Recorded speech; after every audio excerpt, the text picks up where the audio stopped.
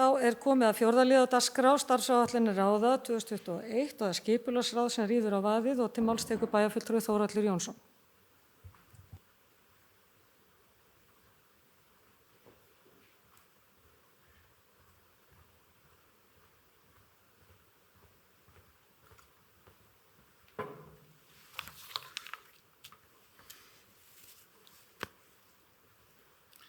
Já, forseti, ágætu bæjarfulltrúar. Líkt og aðrir þá vil ég lýsa ánægju minni með það að vera hér með ykkur í dag. Þetta er mjög ánægjulegt að sjá ykkur á öðru sinni á Zoom-fundum sem hefur verið undanfarna mánuði. En það hefur líka verið mjög ánægjulegt að gegna formennsku í skipulagsráði síðastliðna mánuði. Hérna í okkar frábæra bæ. Mér líður svona svolítið eins og séu alltaf jólin í skipulagsmálum. Það bara mjög mikið að vera. Við erum að fara að byggja 2 heilsugæslustöðvar hérna í bænum. Það verið að byrja að reisa nýja flugstöðarbyggingu, stækka flughlaðið og tilkynnt hefur verið stækkun á SAK, sjúkrahúsinu Akureyri, sem alveg gríðarlega stórt verkefni. Fyrir jólin úthlutuðum við lóðum við Austurbrú og Hafnarstræti sem mjög stór byggingareitur í miðbæ Akureyrar og fáum við bæjarstjórn og skipulagsráð kynningu á uppbyggingahugmyndum lóðarhafa á næstkomandi föstudag sem mjög spennandi. Einnig höfum við úthlutað 5 lóðum í Tónatröð með fyrirvara deiliskipulagsbreytingu sem verður kynnt fyrir okkur á næstu dögum en þarna spennandi þéttingareit að ræða og fagna ég því mjög. Það stöðugt verið að úthluta einbýlishúsalóðum, fjölbýlishúsalóðum í Hagahverfi en það gert ráð fyrir að klára 208 íbúðir á þessu ári og 157 íbúðir á því næsta. Einnig höfum við verið að úthluta iðnaðarlóðum sem hafa verið lausar í svolítinn tíma sem einnig ánægjulegt. Varðandi verslun og þjónustu þá stöðugt verið að bæta í uppganginn. Uppbyggingin á svokölluðum krónureit ætti að fara að gerast. Við samþykktum nú að það hérna í dag að setja það í auglýsingu, skipulaði á því. Þannig að þegar það klárast þá ætti að vera hægt að byrja þar. Húsasmíðan byrjuð að byggja á sinni lóð og Norðurtorg við Sjafnarhúsið við Austusíðu í blúsandi gangi og þar verið að stækka húsnæði fyrir verslanir Rúmfatalagers, Ylfu og gert ráð fyrir að klárist núna í júní í sumar. Þetta virkilega ánægjulegir tímar, finnst mér. Það mikið að gerast og mikil uppbygging. En við skulum snúa okkur að aðalmálinu sem þá starfsáætlun skipulagssviðs fyrir árið 2021 og helstu áherslur. Þau mál sem tilgreind í nýjum samstarfssáttmála eiga sérstaklega við starfsemi skipulagssviðs flest í gangi núna þegar eða í undirbúningi. Verkefnin eftirfarandi. Að sjálfsögðu þurfum við að sjá til þess að það séu alltaf til lóðir fyrir íbúðar og atvinnuhúsnæði og þetta náttúrulega helsta verkefni skipulagssviðs á hverjum tíma og í gangi nokkuð skipulagsverkefni til þess að tryggja að það séu ávallt til lóðir. Skipulagsverkefnin að mestu unnin af utanaðkomandi skipulagsráðgjöfum í samráði við starfsmenn skipulagssviðs og umhverfis- og mannvirkjasviðs. Stefnt að því að deiluskipulag fyrir nýtt íbúðasvæði í Holtahverfi sem að mestu leyti á svæði austan Krossanesbrautar verði samþykkt á næstu vikum en athugasemdafrestur við auglýsingu til auglýsta tillögur rann út 1. febrúar. Með gildistöku skipulagsins verða til lóðir fyrir á bilinu 250 til 300 íbúðir sem mögulegt að gera byggingar hæfar á næstu mánuðum. Þá mun á næstu vikum fara á stað vinna við gerð ramma og deiluskipulags fyrir nýtt íbúðasvæði vestan Borgarbrautar, svæði sem kalla Kollugerðishagi. Vinna við rammaskipulagi hófst árið 2018 en hefur verið í biðstöðu í nokkuð tíma á meðan athyglin beindist á því að klára skipulag Holtahverfis og annarra uppbyggingasvæða. Samkvæmt fyrstu drögum að rammaskipulagi gert ráð fyrir að þarna geti byggst í kringum 700 íbúðir. Stefnt að því að deiluskipulag að hluta eða alls svæðisins liggi fyrir í lok árs 2021. Þannig að hægt verði að úthluta lóðum leið og eftirspurn kallar eftir og uppbygging Holtahverfis verður komin vel á veg. Til viðbótar við þessi 2 hverfi í gangi skipulagsvinna á nokkrum þéttingasvæðum þar sem til verða lóðir fyrir uppbyggingu bæði íbúða og atvinnulóða og má þá nefna þéttingasvæði á Oddeyri, breyting á skipulagi miðbæjar Akureyrar, uppbygging á tjaldsvæðisreit og fleira. Ég mun koma aðeins betur inn á þessi svæði síðar.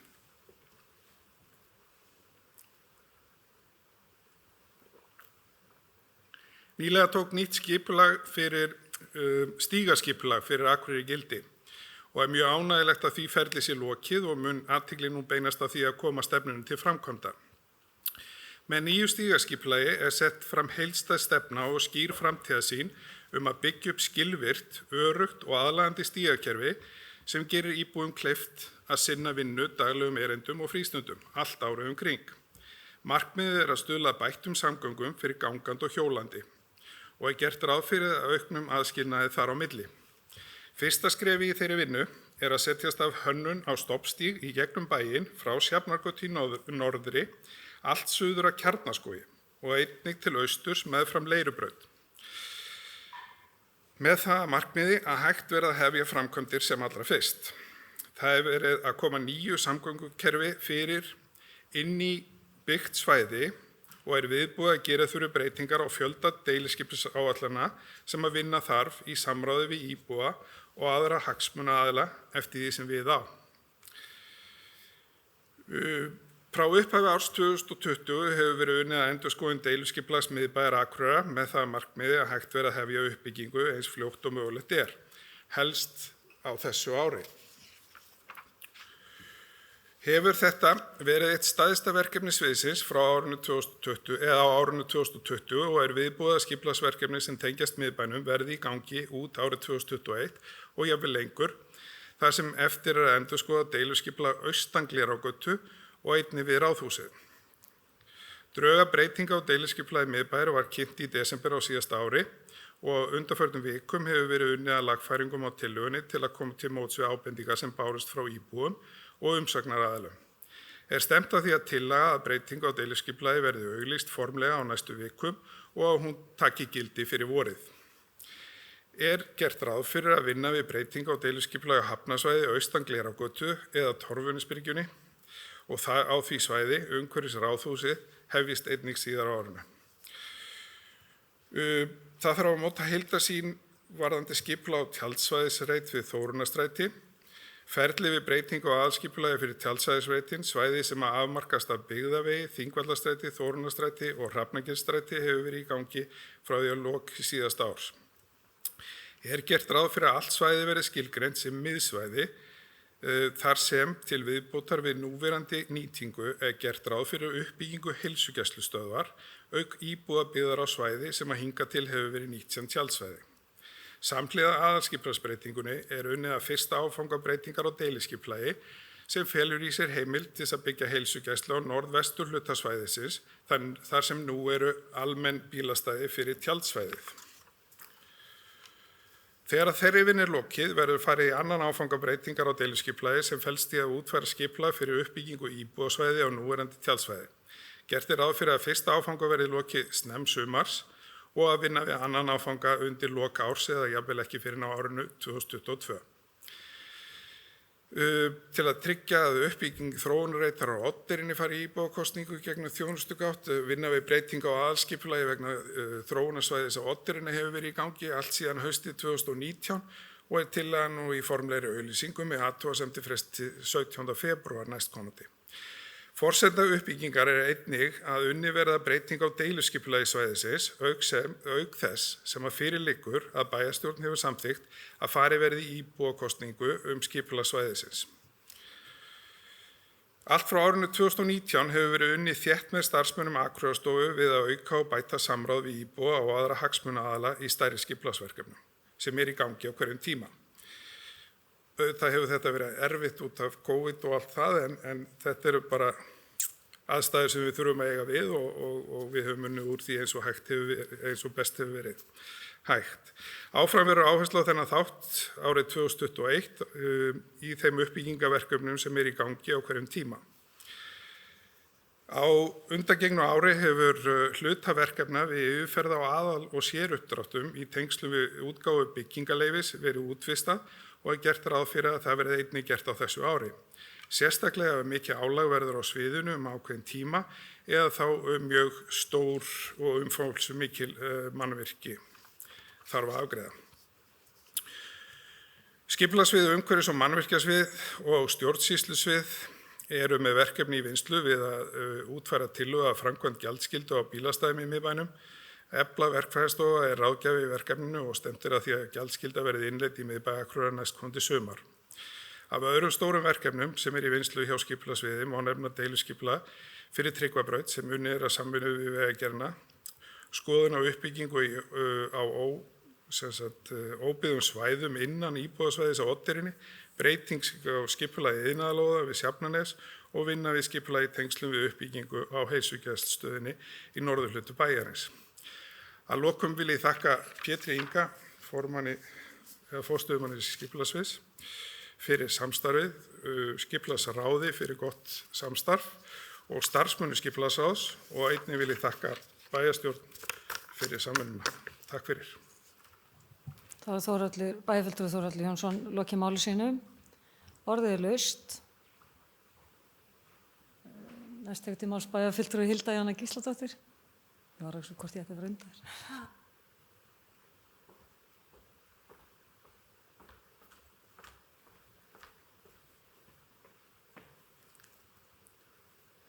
Forseti, ágætu bæjarfulltrúar. Ég vil byrja á að þakka bæjarfulltrúa Þórhalli kærlega fyrir þessa yfirferð.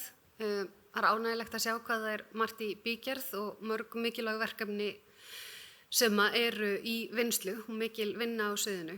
Mér langaði aðeins að ræða, við vorum nýverið að fá þjónustukönnun Gallup og höfum fengið undanfarin ár. Þar sem að viðhorf bæjarbúa til skipulagsmála almennt í sveitarfélaginu er jákvæðari nú heldur en hún var, er að þokast í rétta átt. En er hins vegar langt undir því sem að er að meðaltali hjá sveitarfélögum í heild sinni.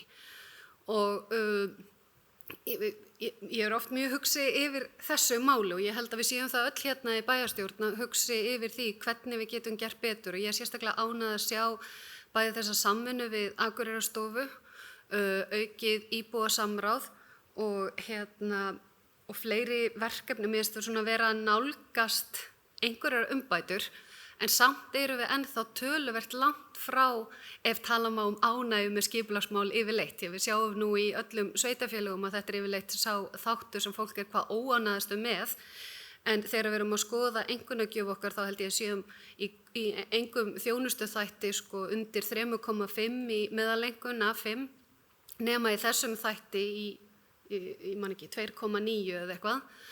Og þetta fær mig til þess allavega að segja, hvað getum við gert betur? Við sem bæjarstjórn, við í skipulagsráði, á sviðinu eða með öðrum hætti. Mér finnst, og ég held að við séum sammála það, þetta er nú ekki fyrst skipti sem við ræðum þetta, að ég held að okkur séu öllum dálítið umhugað að gera betur.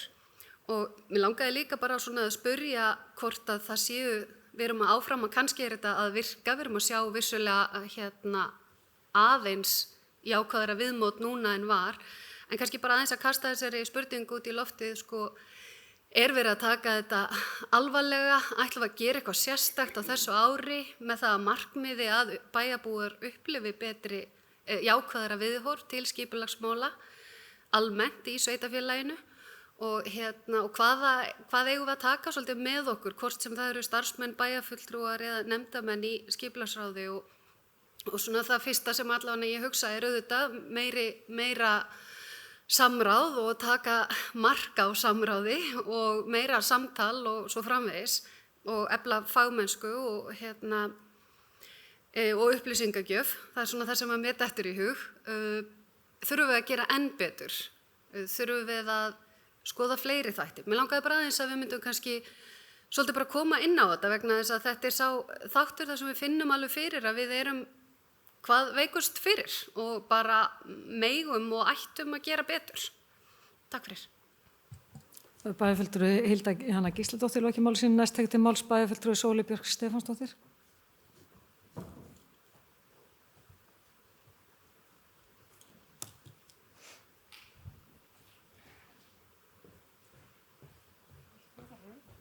Já,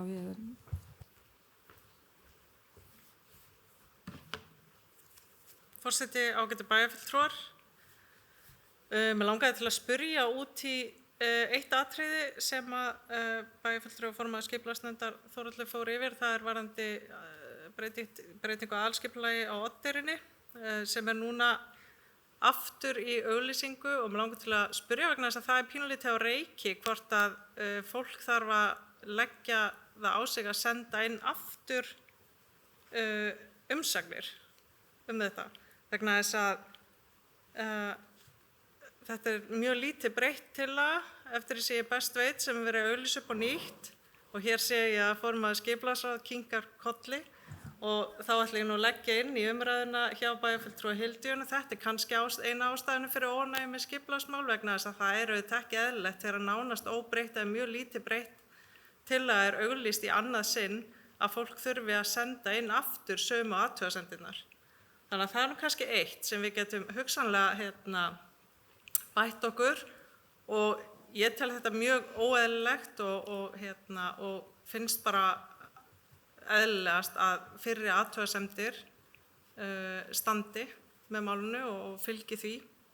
Þannig að það nú bara mitt innlegg í þetta og svo held ég kannski að við þurfum að hugsa það þegar við erum með svæði þar sem eru lóðir sem ekki hafa gengið út af einhverjum ástæðum að þá finnst mér að það sé skipulagsráð og bæjaryfirvöld sem eiga að hafa frumkvæðið að því að gera þá ef það þannig að það sé eitthvað í skipulaginu sem veldur því að lóðir gangi ekki út þá það á það algjörlega að vera að frumkvæði skipulagsráðs og bæjaryfirvalda að gera þá breytingar á því skipulagi svo að það komi þá til móts við hugsanlega aðrar óskir þeirra sem að vilja byggja.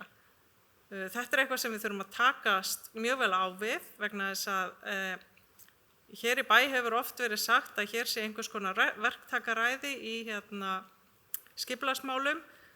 Sjálf hef ég ekki mikið orðið vör við það síðan ég kom í bæjarstjórn en það hafa þó komið upp mál þar sem maður skilur af hverju fólk heldur þetta.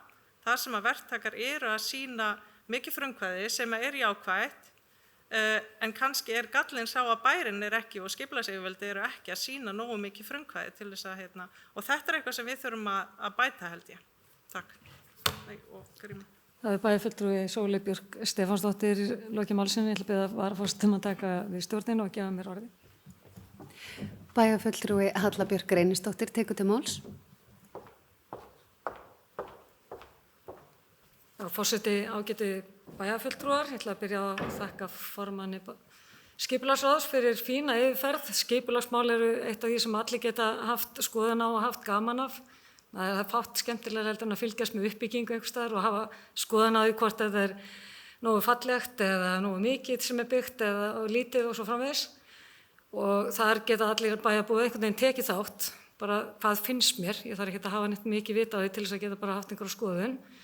Og það skapar auðvitað umræðu. Hitt hins vegar kannski í starfsáætluninni og þú veist að þetta bara verkefni sem við þurfum að ná einhverju lendingu á og einmitt og ég tek undir með bæjarfulltrúanum að Sóleyju þar sem hún kemur með ábendingum að við ættum kannski að hafa frumkvæði meira inn í þá þar að segja bæjarapparati sjálft og skipulagsráðið og sviðið að breyta skipulagi á undan óskum verktaka. En burtséð frá því að þá það sem snýr svona bara einstaklingum í einhverjum smávægilegum breytingum eða ætla að byggja sér hús eða hvað sem að fá bara upplýsingar. Það hefur verið töluvert svona allavega óánægja hér og þar sem maður hefur heyrt af að fólk lendi í því að vera gert afturreka aftur og þurfa að ná í þetta og hitt og fá ekki allar upplýsingar í einu. Og við ræddum það bara fyrir 2 árum eða eitthvað, þú veist að búa til gátlista, það ætti ekki vera flókið, ég meina flugmenn og flugumferðarstjórar endalaust með gátlista og við getum bara svona eitthvað tikkað hvar stendur það og ég held að kannski það bara komið, en ég held að með þessum nýja skipulagsstjóra og þessi starfsfólki sem þarna núna, þá ættum við bara að vera á uppleið, við þurfum bara svona fínpúsa þessa þjónustu, að því mér hún skipta máli að bara svona einhver svona Jón út í bæ sem á ekki að þurfa að hafa alltaf mikið vita á þessu, hann geti bara fengið leiðbeiningarnar skýrar og einfaldar. Bæjarfulltrúi Halla Björk Reynisdóttir hefur lokið máli sínu og færi inn aftur stjórn fundarins. Það ómögulegt að muna eftir þessari grímu. Já, takk fyrir það. Næst tekur til máls bæjarfulltrúi Gunnar Gíslason.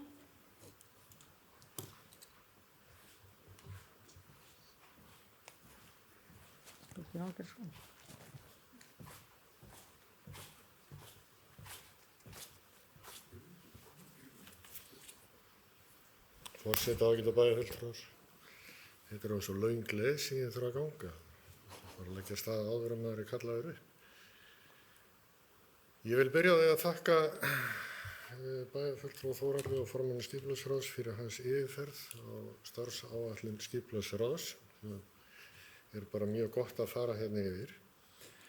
Það er gríðarlega margt í farvatninu sem er bara mjög ánægjulegt að sjá og ég held við hljótum að upplifa allavega svona það að það sé smá hreyfing á málunum núna miðað við þær framkvæmdir sem í gangi og líka þær sem á döfinni á hinum ýmsu reitum í bæjarfélaginu.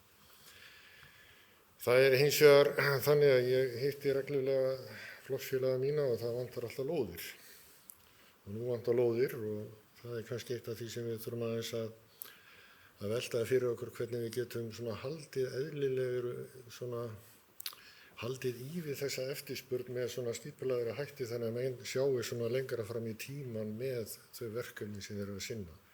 Og það veit ég verkefni sem í gangi. En mér langar líka aðeins til þess að koma inn á það sem búið að ræða hérna á undan varðandi ánægju með þjónustuna og þar fram eftir götum vegna þess að ég hef nú komið hér upp áður og sagt að við þurfum að sýna meiri þjónustulund á skipulagssviðinu. Og ég tekið undir það, ég held að það sé að breytast og ég er viss að það muni breytast til enn betri vegar. En mig langar þá líka aðeins til að velta upp þessari umræðu sem á sér stað alltaf skipulagsmál.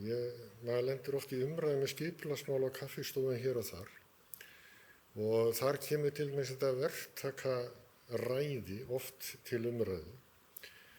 Og hér er búið að lýsa því yfir að skipulagsyfirvöld eigi að vera meira vakandi fyrir þessu og hafa meira frumkvæði í málum. Ég er ekkert endilega viss það. Það eigi endilega að vera á þeim tám. Við erum að vinna skipulag með ákveðnum hætti og þá leitum við til íbúa eftir heilmiklu samráði. Og ég man til dæmis eftir því þegar var verið að vinna rammaskipulag Oddeyrarrinnar og núna náttúrulega deiliskipulag í vinnslu en þegar rammaskipulagið var unnið, ég varð ekkert varfið neitt rosalegan áhuga hjá íbúum að taka þátt í þessari vinnu meðan á vinnunni stóð. Hins vegar kemur það svo upp þegar búið að samþykkja einhvern rammaskipulag, við erum búin að ákveða það, við viljum setja ramman með þessum hætti að hér kemur verktaki sem með hugmynd að því að reisa þarna háhýsi á ákveðnum stað á eyrinni, leitar í þennan hóp og spyr hvernig okkur lítist á þetta. Ég get allan að svara fyrir mig, mér fannst bara tilvalið að kasta þessu út í kosmósið, kasta þessu út til íbúana, fá umræðu málið. Er það endilega okkar, 11 bæjarfulltrúar, að ákveða það bara fyrir alla hina 19.000 bæjarbúana hvað eigi að gera hér eða þar? Mér finnst það bara ekkert eðlilegt. En leið og við vorum búin að kasta þessu út og gefa heimild til að kynna þetta, þá var sem búið að taka ákvörðun að þetta yrði reistað og umræðan fór að snúast það. Og það segir mér að okkur mistekst að koma þeim skilaboðum út í samfélagið hvað við erum að hugsa þegar við tökum svona ákvörðun. Og það er kannski eitthvað sem við ættum að horfa inn á við og velta fyrir okkur í þessu sambandi. Ég ætla ekki að fara út í þetta auglýsinguna á þessi skipulagi núna þar ég ger ráð fyrir og ætla bara formanni skipulagsráð, bæjarfulltrúa Þórhall að svara því. En ég held að þetta sé bara eitt af þessu sem við verðum með einhverju móti að takast á við það er nefnilega menn út í samfélaginu sem stöðugt að velta fyrir sér byggingu hér og byggingu þar og hvað þetta að gera hérna og hvað þetta að gera þar. Og ég vil bara segja, fögnuðu því bara að einhverjir hafi áhuga á því að sinna þessu verkefni og kasta fram þessum hugmyndum. Við höfum svo bara taka við þeim að vinna úr þeim ef okkur annarkur líst á að vinna með þær. Því að þetta eykur raun og veru bara flórun. Ég held að sko ef að við förum þess að ríkisleið að það megi aldrei gera neitt nema okkur detti það í hug sjálfum hérna inni í kerfinu. Ég held að það sé bara alveg glötuð leið. Við endum í einhverjum einsleitu umhverfi sem að enginn vill búi. Þess vegna eigum við að fagna þessum fjölbreytileika. En það er ekki þar með sagt, og ég teki undir það með bæjarfulltrúa Sóleyju Björk. Ég hef ekki orðið var við þetta verktakaræði síðan ég kom hérna inn. Við erum ekki að taka bara hugmyndir og samþykkja þær. En það er þannig eins og núna að við erum að bjóða ákveðnum aðilum að kasta fram hugmyndum að ákveðnum ákveðinu uppbyggingu og ákveðinu reytum. Og við erum bara að nýta okkur þetta alveg út í ystu æsar og fagna framtökinu þegar það kemur. En umræðan skipulagsmál, hún þarf einhvern veginn að komast oft á málefnalegra plan. Það er bara búið að dæma ákveðna hluti bara út á borðinu áður en nokkur hefur tekið í raun og veru ákvörðun það hvernig eitthvað skuli líta út og það er eins og það megi bara hreinlega ekki varpa þeirri hugmyndu upp hérna á Akureyri að hús rísi upp fyrir 5-6 hæðir. Og mér finnst það bara alveg galið. Við erum að hafa opinn huga fyrir möguleikunum sem gefast í hæðinni alveg eins og öðru. Og sama tíma, og við erum að ræða það í alvöru, að bærinn sé að þenjast of mikið út, vegalengdir að verða miklar, við þurfum að byggja upp strætókerfi, við þurfum að byggja upp götur og lengja þær og auka snjómokstur og gera þetta og gera hitt. Og þá megum við ekki þétta byggð og byggja upp í loftið. Það sem við erum í raun og veru að bregðast akkurat við öllum þessum atriðum. Ég vil bara kasta þess inn í umræðuna og vonandi aðeins inn í samfélagið því að við eigum eftir að takast á við þessi atriði í framtíðin. Það er ekki spurning. Takk. Það er bæjarfulltrúi Gunnar Gíslason lokið máls sín, næst til máls bæjarfulltrúi Heimir Haraldsson.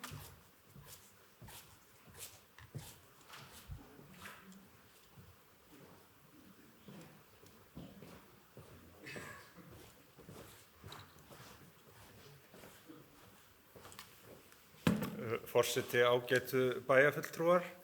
Ég hef líkt og aðrir bæjarfulltrúar þakka bæjarfulltrúa Þórhalli fyrir hans yfirferð af starfsáætlun skipulagsráðs.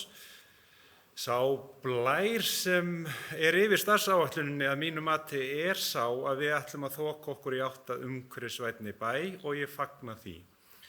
Ég lýsi ánægju minni yfir nýju stígaskipulagi þar sem við erum að byggja upp eins og segir í ræðu bæjarfulltrúa Þórhalls, skilvirkt, öruggt og aðlaðandi stígakerfi sem gerir íbúum kleift að sinni vinnu daglegum erindum og frístundum allt árið kring.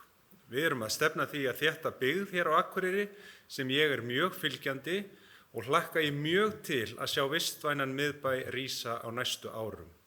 Ég á mér þann draum að í nýjum vistvænum miðbæ verði í boði fjölbreytt þjónusta sem og að íbúasamsetning þar verði fjölbreytt. Því þar gerir einfallega miðbæinn skemmtilegri að mínu mati. Gaman væri að sjá á næstu misserum uppbyggingu á óbyggðum svæðum innan íbúasvæðis Oddarinnar. Því það er mín skoðun að þar sem er tækifæri að þétta byggð eigum við að skoða það með opnum huga. Gjaldskylda á bílastæðum finnst mér vera fullkomlega eðlileg þróun í vistvænum miðbæ og í takti við þann blæ sem ég nefndi í upphafi með umhverfisvænni bæ. Skipulagsmál eru oft á tíðum umdeild og því fagna ég að það eigi að halda áfram að auka og bæta samráð við íbúa og aðra hagsmunaaðila í skipulagsverkefnum sem er í gangi á hverjum tíma, sérstaklega ef við erum að fara að þétta byggð, þannig að höfum samtalið virkt. Takk. Það er bæjarfulltrúi Heimir Haraldsson lokið máls sín, næst til máls bæjarfulltrúi Andri Teitsson.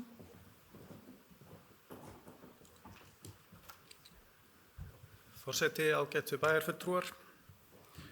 Það er ein af mínum æsku minningum hérna frá Akureyri. Þá erum við að tala fyrir svona 45 árum. Föðurbræður mínir að, ef ekki að segja, rökræða skipulagsmál. svo við förum ekkert út í svona aggressívari orð. Og þetta þetta búin að vera ákveðin þjóðaríþrótt hérna allavega allan þennan tíma sem að ég þekki og það væri náttúrulega synd ef það yrði allt í einu svo mikil sátt að þetta legðist af. Ég held að það hlyti bara sko, að vera einhvers konar menningartap.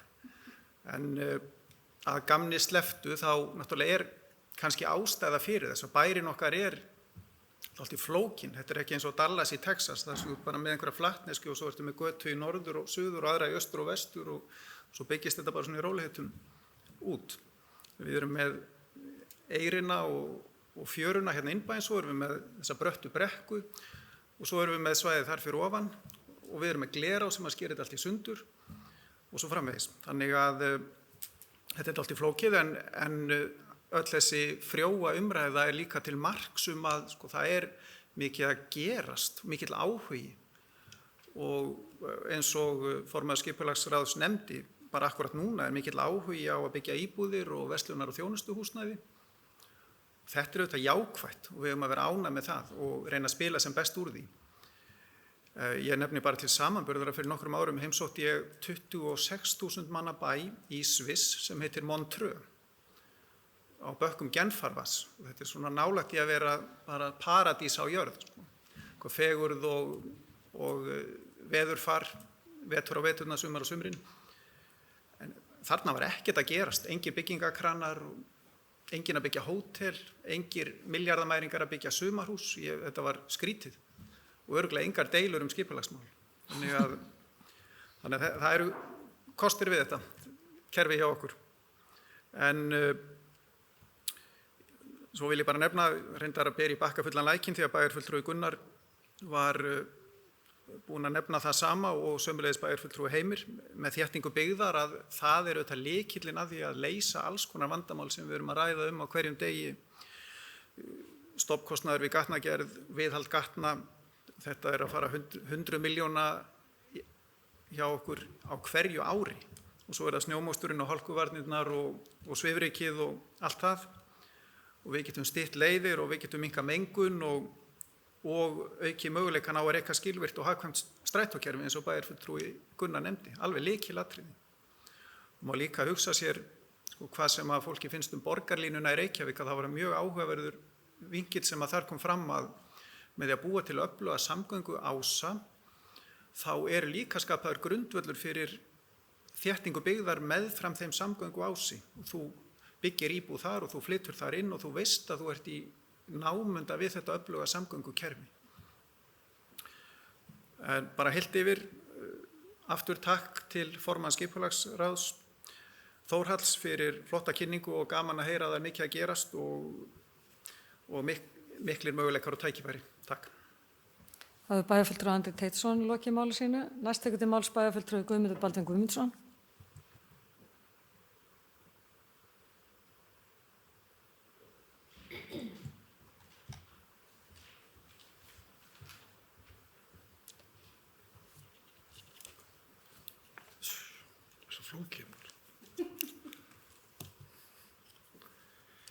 Forseti ágætu bæjarfulltrúar, ég vil byrja á því að þakka Þórhalli Jónssyni formanni skipulagsráðs fyrir hans ræðu hér eða kynningu á starfsáætlun og það má ég segja að hann marki hérna tímamót í okkar sögu held ég í bæjarstjórn að við ætlum að fara að tala meira starfsáætlanir frekar heldur stefnur og það það vel vegna þess að þá getum við akkúrat að ræða það sem að við erum að ráðast í núna hverju sinni og akkúrat í skipulagsmálum mikið í gangi. Þórhallur bæjarfulltrúi komst ágætlega inn á það, kom ágætlega inn að upp að málsins að þetta væri svona eins og jólin að vera í skipulagsráði og ég get alveg tekið undir það því ég sitt nú með honum í skipulagsráði og tók við þegar fráfarandi formaður Tryggvi lét af störfum eða fór vegna annað og í annað að þá kom ég inn í skipulagsráð og gegndi formennsku skipulagsráði held ég í 5 daga. Við fórum svo í að sameina bæjarstjórnina og bæjarfulltrúi Þórhallur tók við og hefur sinnt í hlutverki ákaflega vel að mínu mati. En hins vegar eins og hann sagði þá eru mörg spennandi verkefni í gangi og við verðum aðeins bara mér langa ekki að tína það allt saman upp en það mikilvægt að við áttum okkur á því að það hefur verið mikið byggt hér upp á síðkastið og ef við horfum bara á Hagahverfi þá hefur verið byggt þar töluvert af íbúðum og við höfum séð núna bara á síðustu árum að það er verið að fullgera cirka 200 íbúðir á ári núna síðustu 5-6 árin ef ég man rétt. Á sama tíma íbúðum Akureyrar að fjölga innan við 200 manns á ári á þessu sama tímabili, þannig að það hefur verið byggt rosalega mikið og maður velti í stundu fyrir sér hvernig heldur þetta áfram. Mun þörfin vera þessi áframhaldandi þörf? Við erum náttúrulega að mæta því með því að fara að stað með uppbyggingu í Holtahverfi og síðan er verið búið að fara að setja á stað vinnu við Kollagerðishagann sem verður náttúrulega næsta stærsta stóra verkefni á eftir Holtahverfinu. Þannig að þar erum við að skapa svæði til þess að hægt sé að byggja. En hins vegar það náttúrulega mikilvægt og það hefur komið fram í þessari umræðu hjá okkur að við höfum þessi tilhneiging hjá okkur að þenja okkur allt of mikið út í stað þess að reyna að horfa meira upp í lofti. Það er hagkvæmara að byggja hærri byggingar og það er eins og bæjarfulltrúi Gunnar kom hér inn á áðan að það er eins og menn fari bara á taugum þegar það fara að tala um 5 hæða byggingar eða hærra. En það er eitthvað sem við verðum að horfa til. Mér langar líka þess að það hér við rætt þetta verktakaræði og við séum svolítið, þetta séu bara verktaka sem ráði þessu. Þá vil ég segja það líka og taka undir aftur með bæjarfulltrúi Gunnar eins og við séum að tala bara í kór. Að það er mjög mikilvægt að menn séu frjóir og séu að sýna svona smá, hugmyndaflug og ég held að til að mynda ef við horfum bara á það sem er að gerast í Reykjavík sem dæmi að hann bara í gæri að fyrradag sem var viðtal við verktaka sem var að byggja á reit sem ég kann nú ekki að nefna akkurat í augnablikinu, frægur reitur í Reykjavík, hún var að lýsa því hvernig væri verið að byggja þar upp og það er verið að byggja við Jóðelhúsið og fleira og þar eru verktakar að kaupa lóðir og hanna og skipuleggja. Og þar eru við komin að líka því sem ég hef verið að tala svolítið og bæjarfulltrúi Þórhallur kom ekki inn á í ræðu sinni. Við tókum okkur til og hækkuðum gatnagerðargjöld á fjölbýlishúsaeignum núna frá með áramótum í 7,5%, var áður 5% og erum þar aðeins að reyna að jafna leikinn með við þau sveitarfélög sem við erum að bera okkur oft gjarna sama við en við erum samt langt frá því að ná þeim. Bara sem dæmi þá eru gatnagerðargjöld af 75 fermetra íbúð í Hafnarfirði og Kópavogi sem dæmi einhverja 3,8 milljónir á meðan við erum að tala að við erum að rukka fyrir 1300.000. Þannig eru sveitarfélögin að taka verulega fjármuni til þess að byggja upp. Og ég velti því fyrir mig hvort við eigum alvarlega að huga að þessu og það var gerð tilraun og bæjarfulltrúi Þórhallur stóð nú fyrir því í skipulagsráði á sínum tíma að það var gerð tilraun að setja eina lóð, það að segja Skarðshlíðar lóðina í sölu eða í rauninni kalla eftir því að við fengjum þar meira en bara gatnagerðargjöldin. Þessi lóð er því miður búin að vera í hálfgerðu gíslingu núna í nokkur ár, 2 ár skulum við segja, vegna þess að þar er verið að skoða að byggja heilsugæslu þarna á lóðinni og þá byggja fjölbýlishús ofan á. Og þá kem ég aðeins inn á það að ég velti því fyrir mér og við höfum svo sem rætt það í bæjarstjórn hvort að Skarðshlíðarreiturinn sé réttu staðsetning fyrir heilsugæslustöð norðan við á.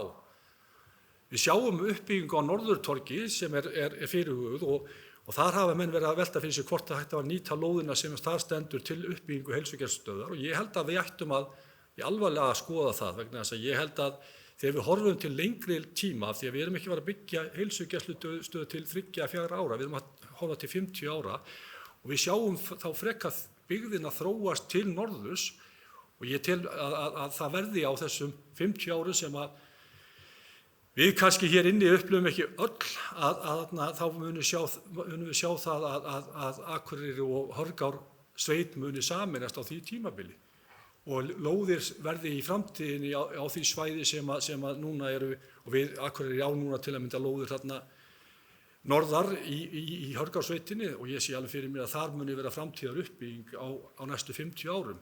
Þannig að það má horfa til þess að heilsugæslustöðin sem að við erum núna að fara að byggja annars vegar við Tjaldsvæðisveitin sem er bara frábær hugmynd og kemur til með að mögulega verða frekar uppbygging á því svæði en á sama tíma þá held ég að við ættum að horfa bara til ennþá lengri framtíðar og velta fyrir okkur hvort að Norðurtorg sé réttur reitur fyrir heilsugæsluna vegna þess að það kann að vera að verði rétt staðsetning þegar til lengri tíma litið.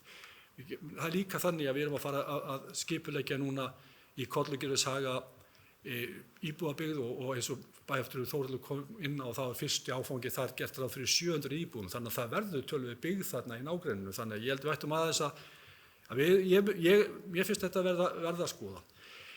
Mér langar líka til þess að taka undir með bæjarfulltrúa Heimi varðandi gjaldtöku í miðbænum. Það var sett inn í samstarfssáttmála okkar þegar við mynduðum nýja meirihluta að taka upp gjaldtöku í miðbænum og það svo búið að stefna því á þessu kjörtímabili og það er ánægjulegt að við séum að sjá það raungerast og ég reikna með að það geti gengið í gegn í sumar eða haust í síðasta lagi og ég held að það sé bara mikilvægt til þess í rauninni að geta stýrt svolítið þeirri ég var að segja bara stýrt notkun stæðana í miðbænum. Ég held að það sé mikilvægt fyrir okkur. Það mun líka skapa okkur tekjur.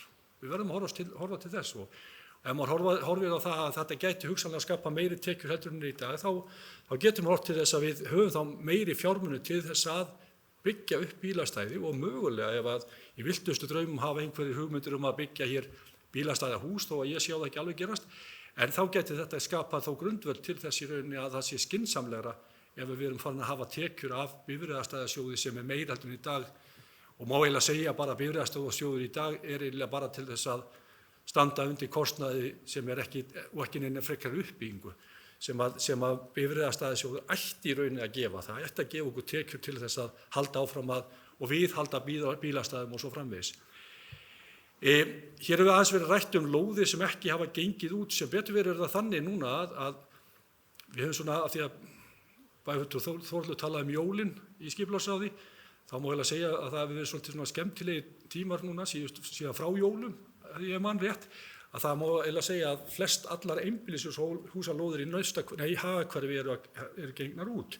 Þar eru hins vegar 3 lóðir eftir sem gert ráð fyrir verulega stórum íbúðum eða húsum og það eitthvað sem við þurfum mögulega að skoða og bæjarfulltrúi Sóley benti hér á að við þurfum að hafa frumkvæði að því og það var rætt í skipulagsráði daginn að hafa hreinlega frumkvæði að því að velta því fyrir sig hvort að þetta breyta byggingamagni á þessum lóðum af því þær hafa ekki gengið út. Það er ekki víst að það gerir strax en af því að við viljum kannski láta reyna á lengur á þessa stærð en hins vegar eitthvað sem skipulagsráð hefur rætt að mögulega ætti að grípa til þess af því að það kom daginn umsókn eina af þessum lóðum þar sem óskað var eftir að yrði minnkað byggingamagnið og ég man ekki nákvæmlega hvernig við bókum þetta bæjarfulltrúi Þórhallur eða þú kannski kemur inn á það eftir en ég held að við höfum bókað þar að það væri rétt að skoða það. Þannig að sem betur fyrir hafa flest af þessar lóðir gengið út þá má ég segja bara alla lóðir við séum með uppseldar lóðir í bænum og þess vegna mjög spennandi þegar þessi Holtahverfisreitur kemur inn núna á vormánuðum. Það verður spennandi að sjá hvernig eftirspurn verður eftir honum vegna þess að þetta held ég að séu eina bestu lóðir bæjarins. Og þess vegna hefði verið voða gott ef hefði verið komið með það system hjá okkur að selja lóðir og geta fengið einhvern pening í kassan en þess að ekki veitir af. En eitt sem mig langar að segja varðandi þjónustukönnun og bæjarfulltrúi Hilda kom inn á hér áðan og ég held með þess að hún hafi nefnt það frekar en annar, ég ætla ekki að segja að það var einhver sem nefndi það að það væri kannski sniðugt að koma og gera skoðanakönnun hjá þeim sem að nýta sér þjónustu skipulagssviðs. Vegna þess að ég held að þessi umræða lága einhvern okkar í skipulagsmálum sé vissulega áhyggjuefni en hún helgast dálítið mikið af þeirri umræðu sem á sér stað í þjóðfélaginu. Við erum núna með Odderreitinn sem að var náttúrulega mjög umdeildur og það er svona maður veltir fyrir sér þetta út af þeirri umræðu sem í samfélaginu eða þjónustan slæm og ég veit til þess að hún hefur verið bætt. Það er komið sem sagt þægilega umhverfi til þess að eiga rafræn samskipti í deildinu og svo framvegis og núverandi skipulagsstjóri hefur lagt sig í líma við að bæta þjónustuna. Þannig að maður þarf að velta við sér þetta þjónustan við raunverulega kúnna sem hvernig stendur hún og við þurfum að vita það. Ég held að það sé mjög mikilvægt vegna þess að ég get alveg svarið fyrir það að það er 75% óánægja með skipulagsmál í Akureyrarbæ í pottunum á morgnana í Sundi. Við erum það staddir 4 saman, ég og 3 gamlir menn og þeir eru allir óánægðir með skipulagsmál á Akureyri. Það er bara, en þeir kannski ekki endilega eiga viðskipti við skipulagssvið. En þeir eru óánægðir með háar byggingar á Eyrinni. Og það er bara þeirra sjónarmið og þegar þeir eru spurðir í svona könnun þá þeir eru bara óánægðir með skipulagsmál. Þannig að við þurfum aðeins líka að velta fyrir okkur sko hvort að við höfum náð árangri í þjónustunum. Þar þurfum við að beita okkur.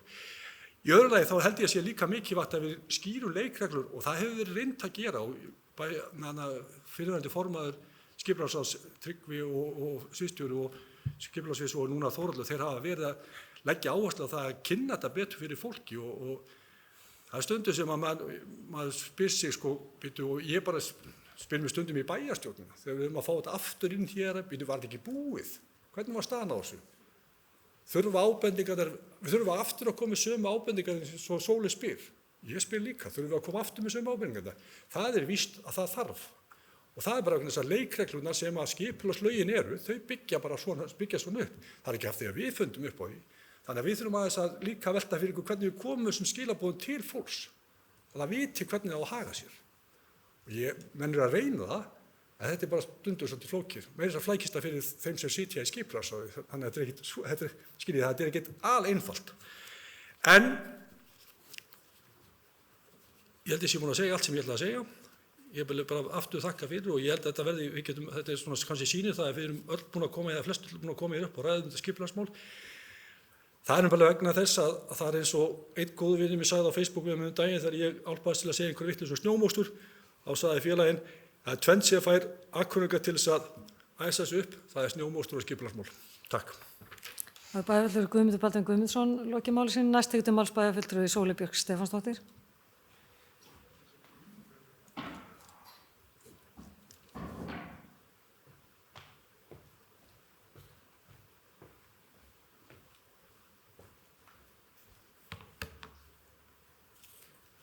Forseti, ágætu bæjarfulltrúar.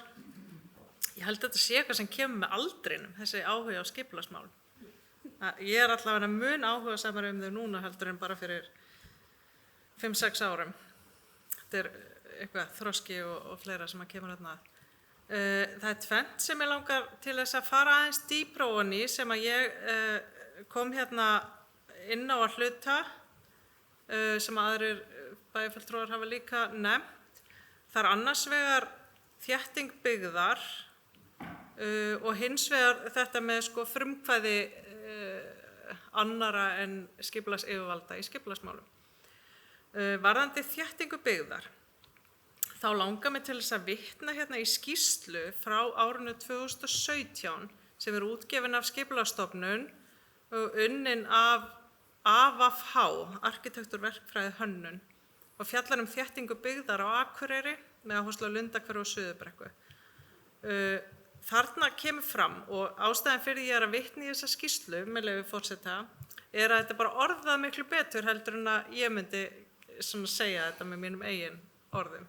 En þarna er sagt, ásýnd og eiginleika byggðar geta verið margskonar en þéttleikinn og svo innan sviga íbúðir, íbúar á hektara og nýtingarhlutfall svipaður.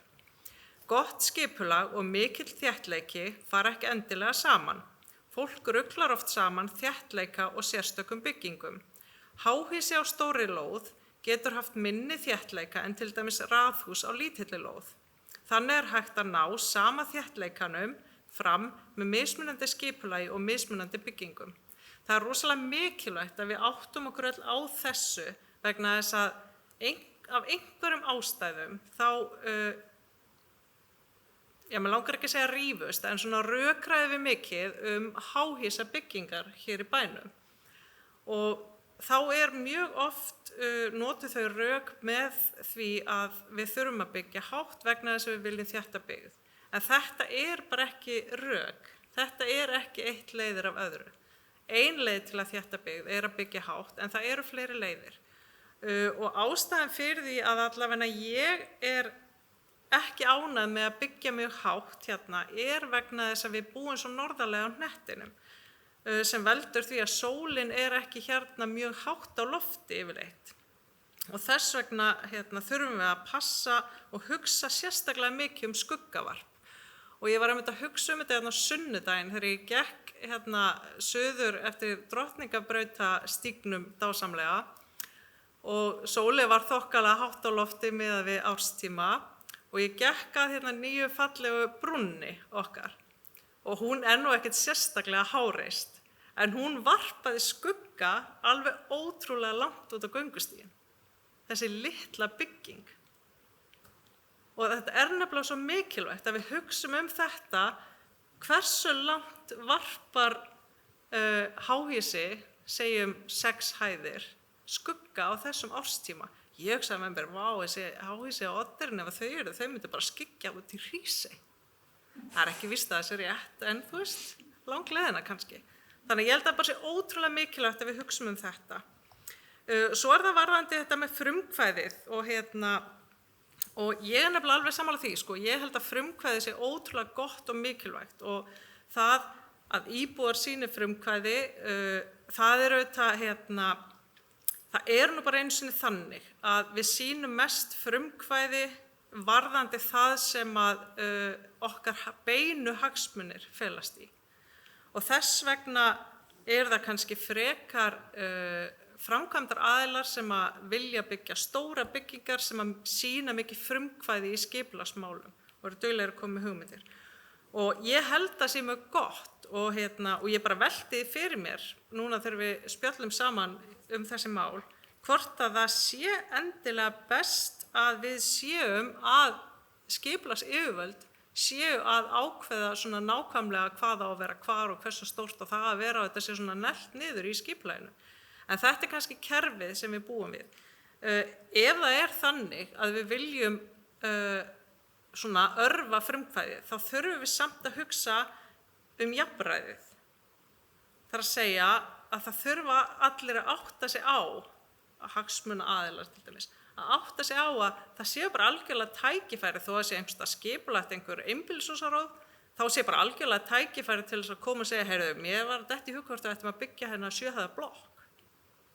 Þú veist, ef það er þannig að svona viljum við hafa þetta og eða einhverstaðar þarna á milli, ef það er þannig að svona viljum við hafa þetta, þú veist, skipulagið okkar er bara svona einhver hugmynd, mjög laus í reipunum.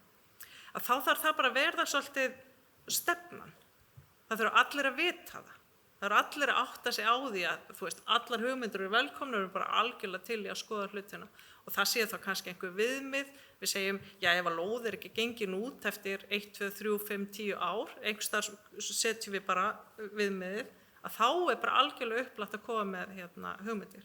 Já, eða við getum sagt, ef að lóð er ekki gengin út eftir einhvern x tíma, þá eigum við að opna á hugmyndir. Og það er kannski ennþá betra vegna þess að jafnræðið er rosalega mikilvægt í þessu. Einmitt til þess að slá á svona umræðu verktakalýðræði eða hvernig sem það er orðað. Takk. Það er bæjarfulltrúi Sóley Björk Stefánsdóttir í loki máli sínu. Orðið er laust. Næst tekur til máls formaðurinn bæjarfulltrúi Þórhallur Jónsson.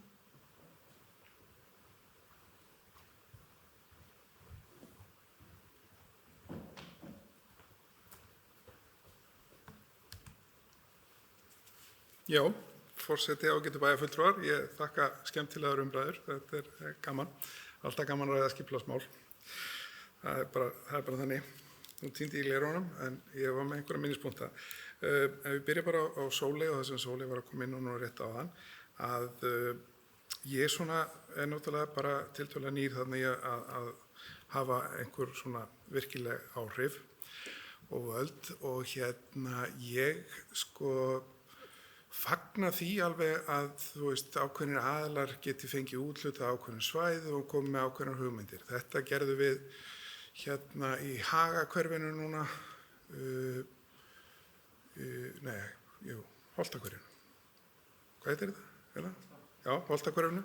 Og þar sem sagt úthlutuðu við ákveðnum reit og þeir skipulögðu svæði og komið með tillögu sem að þeir fengu sem sagt erlendan aðila til að koma að málum. Og því síðan var kollvarpað daginn af því að það náttúrulega var bara alveg út í ött og við erum búin að breyta því öllu saman að okkur fannst. Þannig að þú veist, vissulega gott skilurðu, en þetta er tilkomið líka finnst mér kannski út af því að sviðið er náttúrulega ekki stórt og það eru ansi mörg verkefni. Ég held að Guðmundur Baldvin geti staðfest ég hef ekki ennþá klárað fund fyrir hádegi, að það er margt sem það er að afgreiða og margt sem að kemur upp hjá skipulagssviði. Varðandi Oddeyrina og auglýsingu að þegar við gerum breytingu á skipulagi að þá ber okkur að auglýsa aftur og þá þarf ég á því miður að senda inn athugasemdir aftur. Þannig að það, já, þarf að ítreka það við fólk sem hefur sendt inn að það þurfa að gera eða vill gera athugasemd við eftir að þessi breyting hefur og auglýst að þá þurfa að senda inn athugasemd aftur. Að því að raunverulega er búið að breyta því og þá þarf að fylgja því. Þannig að reglurnar eru bara þannig eins og bæjarfulltrúi Guðmundur Baldvin kom inn á áðan. Eitt af því sem ég glemdi í ræðu mína áðan eða kannski kom ekki nógu vel fram að það er að þakka Akureyrarstofu fyrir frábært samstarf.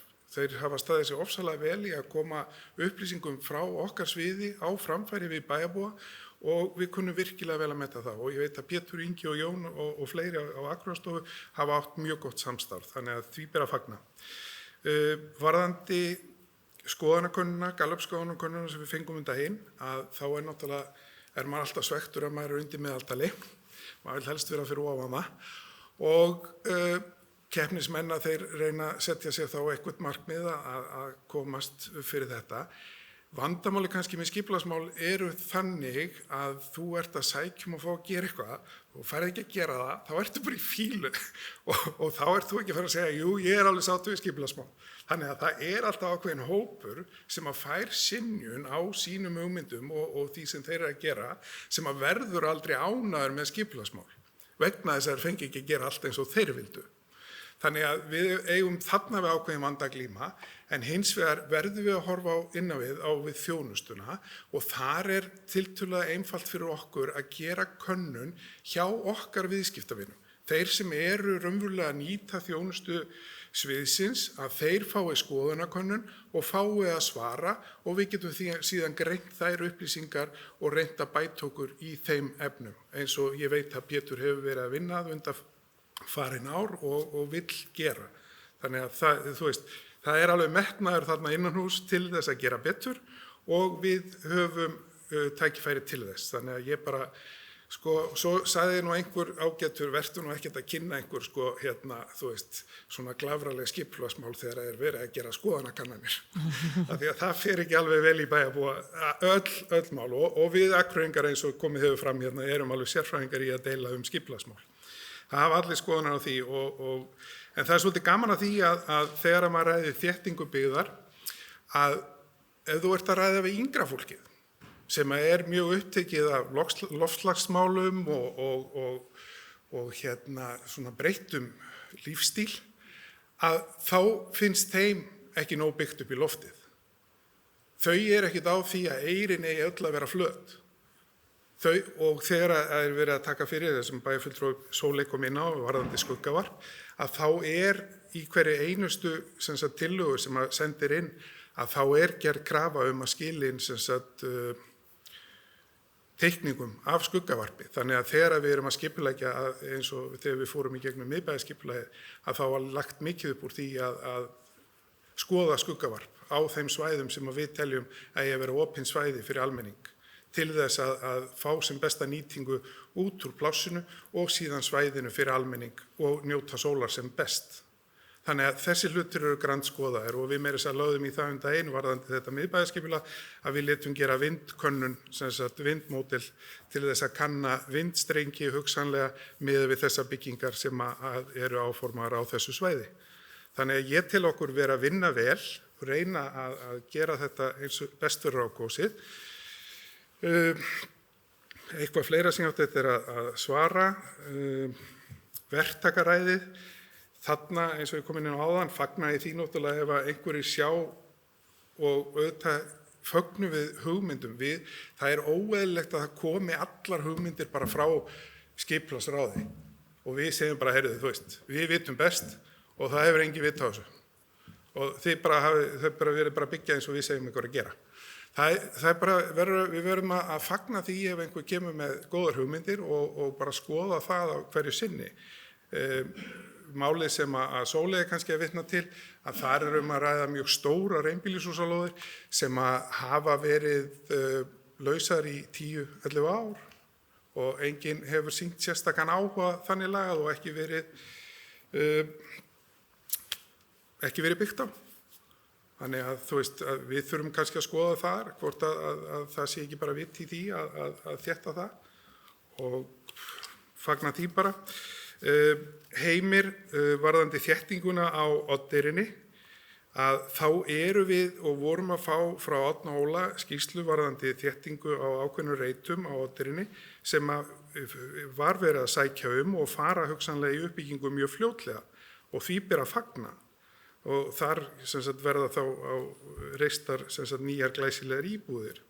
Og uppbygging á Oddeyrinni náttúrulega sá, þáttur sem við hefum að horfa mjög mikið til og ég vil endilega drífa það verkefni áfram að því að Oddeyrinni svakalega kannski vannýtt svæði að því að þetta svo snilldar búsettukostur.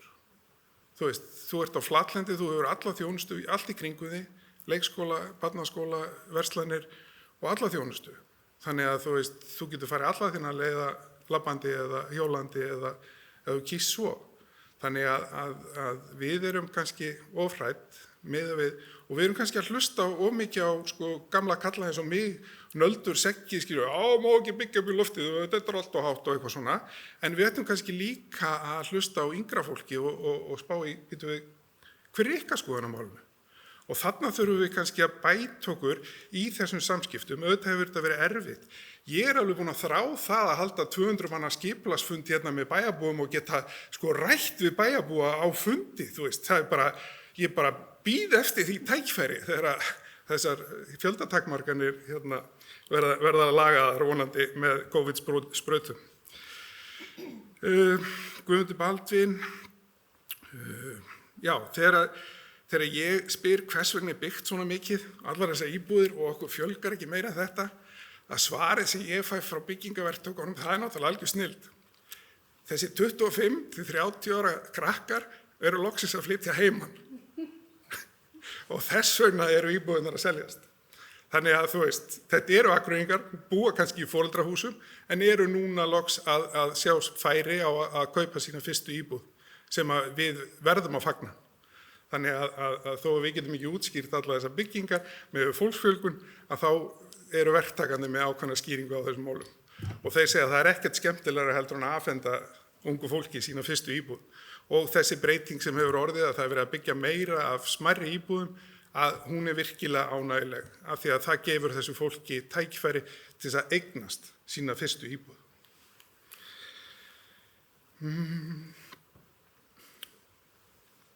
Varðandi heilsugæsluna, þá get ég ekki annað en tekið undir með Guðmundur Baldvin. Ég náttúrulega vildi á sínum tíma selja eða bjóða Skarðshlíðar lóðina til hæstbjóðandi, af því að ég fann fyrir áhuga á þessum reit og þarna var möguleiki að búa til meiri tekjur.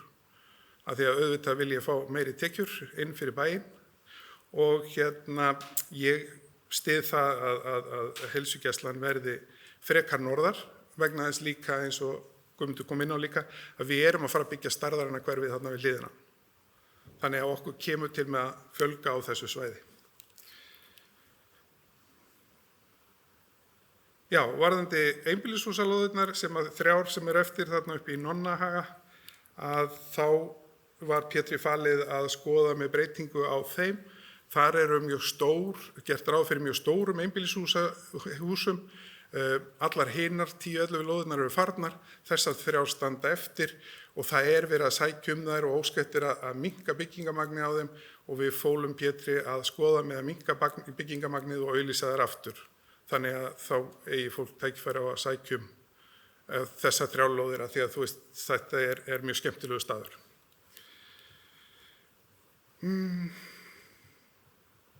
Já, ég held ég sé búin að svara flestum og takka fyrir mig.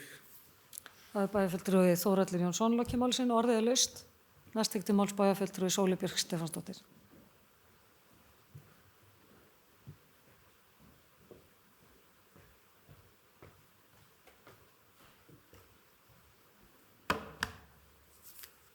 Forseti, ágætu bæjarfulltrúar, með eitt stutt komment og svo ég með tillögu sem langar til að bera upp við fundin. Stutta kommentið svona, ef að bæjarfulltrúa Þórhall langar til þess að heyra skoðanir ungs fólks, þá 200 manna íbúafundur skipulagsmál ekki endilega rétta leiðin. Við höfum lært dálítið mikið í íbúasamráði síðustu mánuði og höfum meðal annars lært það að það svona mjög afmarkaður hópur sem mjög líklegur til að sækja svona fundi og það einmitt miðaldra karlmenn eins og formaður skipulagsráðs. En mig langar að leggja fram eftirfarandi tillögu. Bæjarstjórn feli skipulagssviði að hafa samband við þau sem sendu inn athugasemdir við fyrri auglýsingu tillögu að breytingu á aðalskipulagi Akureyrar 2018-2030 uppbyggingu á Oddeyri og bendi þeim á að nauðsynlegt sé að senda inn athugasemdir aftur. Það er bæjarfulltrúi Sóley Björk Stefánsdóttir lokið máli sínu. Orðið er laust. Næst tekur til máls bæjarfulltrúi Eva Hrund Einarsdóttir.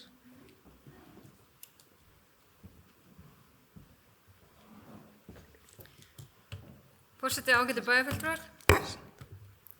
Ég bara ætla að þakka formanni skipulagsráðs fyrir góða yfirferð, en ég vil ekki síður þakka bara bæjarfulltrúum hér fyrir mjög líflegar og skemmtilegar umræður. Það er greinilegt að við erum að hittast aftur í augliti til auglitis og mun meiri umræðu núna heldur en oft hefur verið hjá okkur á netinu. En ég ætla nú ekkert að hafa þetta langt, þar sem að ég aðeins hugsi yfir því sem að bæjarfulltrúi Sóley Björk kom fram með. Og ég get alveg tekið undir áhyggjur hennar og því að vera sá sem að gera athugasemdir og þurfa að ítrekka að senda aftur inn. Þannig ég er svona aðeins að horfa til framtíðar í þessum efnum, þegar við erum að tala að nýta upplýsingatæknina mun meira heldur en við höfum verið að gera.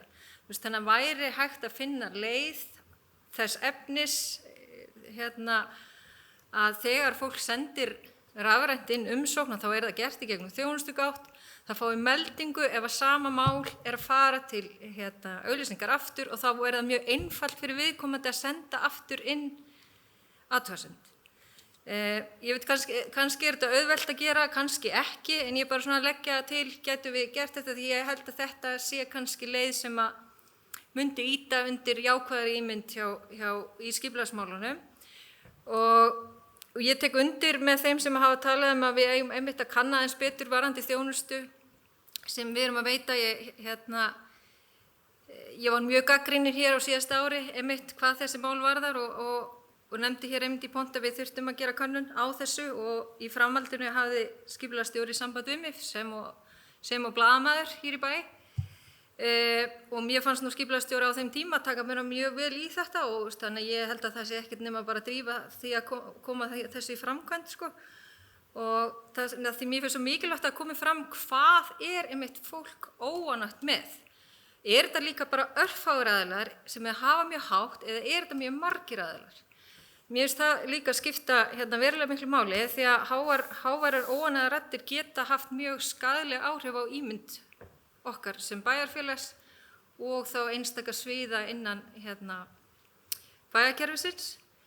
En ég ætla líka að taka undir og hrós til Akureyrarstofu að mér finnst kynningar hafa aukist til muna, ekki bara reyndar hjá skipulagssviði heldur bara yfir höfuð, en maður má sérstaklega kannski fagna samvinnu skipulagssviðs og Akureyrarstofu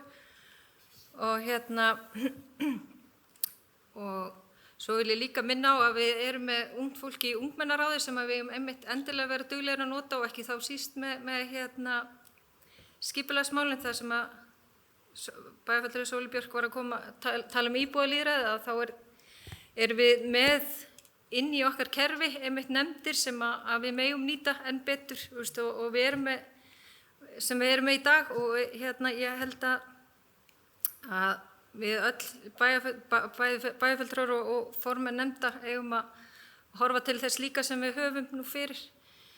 En það er greinilega mjög margt spennandi og mikið að gerast í skipulagsmálunum og það ég tek bara undir með bæjarfulltrúar andra, það er fagnaðarefni að fagna því að það sé mikill uppgangur í gangi og mikið að gerast og ég tel að skipulagsráðið sé vel mannað og við séum vel mönnuð af starfsfólki líka og þannig en auðvitað viljum við alltaf gera betur og ég ætla að vera bjartsýn á það að ári muni Gallup-könnunin ennþá vera á upplið. Það er bæjarfulltrúi Eva Hrund Einarsdóttir lokið máli sinni, orðið er laust, næst tekur til máls bæjarfulltrúi Þórhallur Jónsson.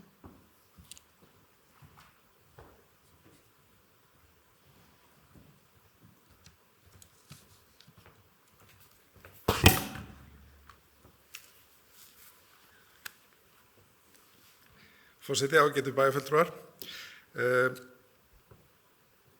Mér langaði að varðandi málshól eða Bjarkar, varðandi íbúalýðræðið og unga fólkið, þá gerir ég mér alveg grein fyrir að þau ekki að fara að mæta á 200 manna fund til þess að eiga í samtali við mig. Heldur þyrfti maður að boða til sérstaks fundar og koma á sérstökum fundi með ungu fólki á aldrinum, ég segi 25 eða 20 til 35 ára og kanna þeirra hug bara einfallega sérstaklega. Og það eitthvað sem að manni þætti ofsalega gaman og væri bara fróðlegt fyrir skipulagsviðið að fá einhverja niðurstöður úr slíku samtali. Ég, gerir mig grein fyrir að hitt virkar ekki og það var ekki það sem ég var að meina, þannig að bara hafum það alveg á hreinu. Varðandi tillöguna með að senda á alla, að þá held ég að skipulagslög séu nokkuð skýr það að það eitthvað sem að má ekki gera, en það að sjálfsögðu hægt að auglýsa betur og koma á framfæri. Þannig að ég held að það sé, eins og við vorum að tala að það hægt að merkja í kerfinu ákveði mála, ef það verður einhverja breytingar að þá uppfærist það hjá manni, að mér finnst það sjálfsagt eins og Eva var að koma inn á áðan, að þegar að maður búin að senda inn rafræna umsögn skilur eitthvað mál, og málið að fara í einhvern annan farveg, að maður fái tilkynningu það. Ég held að það sé alveg bara frábær hugmynd, skilur. Þannig að maður sé meðvitaður að þegar að málið heldur áfram, að þá fái maður að því að maður hafi einhverjum tíma sent inn umsögn. Þannig að,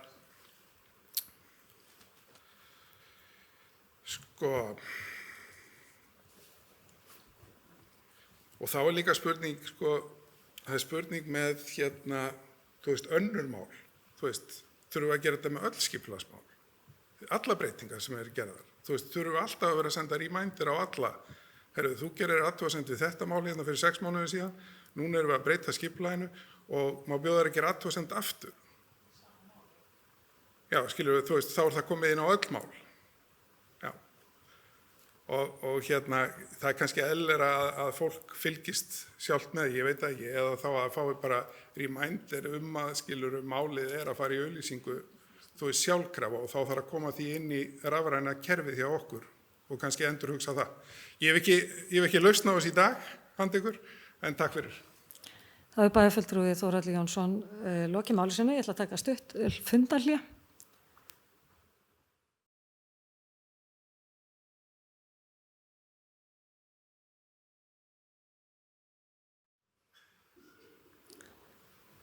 Þá höldum við áfram með fundinn og til máls tekur bæjarfulltrúi Sóley Björk Stefánsdóttir.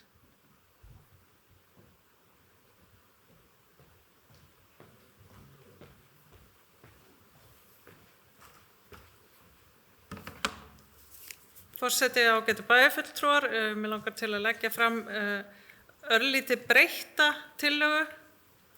Hún hljóðar svo: Bæjarstjórn feli skipulagssviði að kanna hvort hægt sé að hafa samband við þau sem sendu inn athugasemdir við fyrri auglýsingu tillögu að breytingu á aðalskipulagi Akureyrar 2018-2030 uppbyggingu á Oddeyri og bendi þeim á kanna hvort hægt sé að hafa samband og benda þeim á að nauðsynlegt sé að senda athugasemdir inn aftur. Og draga þá hérna tilbaka. Já, ég dreg þá fyrir tillögun tilbaka.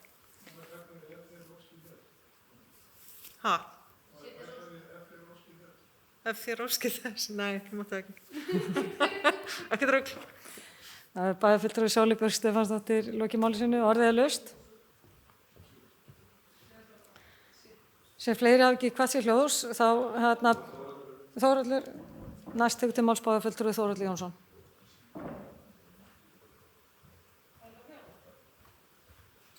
Nei.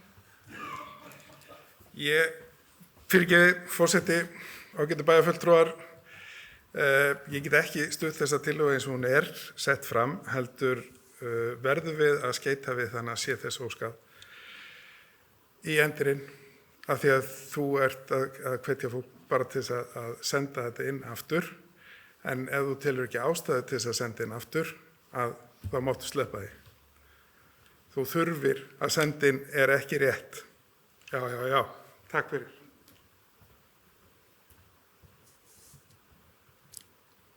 Viðbótin var þá sé þess óskað. Það var bæjarfulltrúi Þórhallur Jónsson lokið máli sínu.